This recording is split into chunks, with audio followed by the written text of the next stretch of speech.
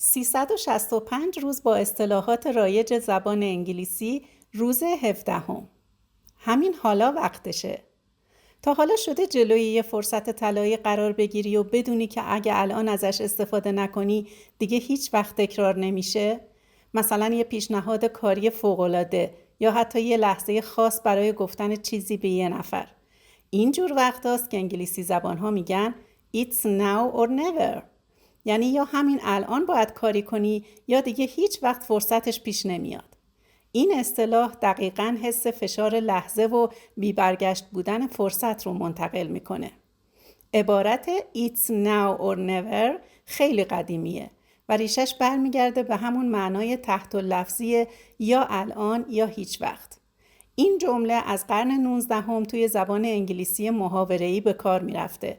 اما خیلی ها این اصطلاح رو با آهنگ معروفی به همین نام از الویس پریسلی در سال 1960 میشناسن که اون رو برای همیشه در ذهن مردم ثبت کرد و باعث شد توی فرهنگ عامه جا بیفته و محبوب بشه.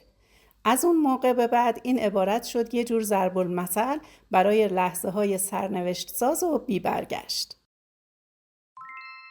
It's now or never if you want to buy a cheap ticket to go to the big rock festival.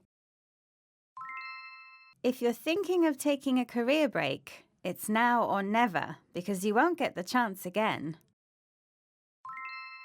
It's now or never if you want to ask her out. She's leaving town today. خب، اگه این ویدیو برات مفید بود، همراه باش.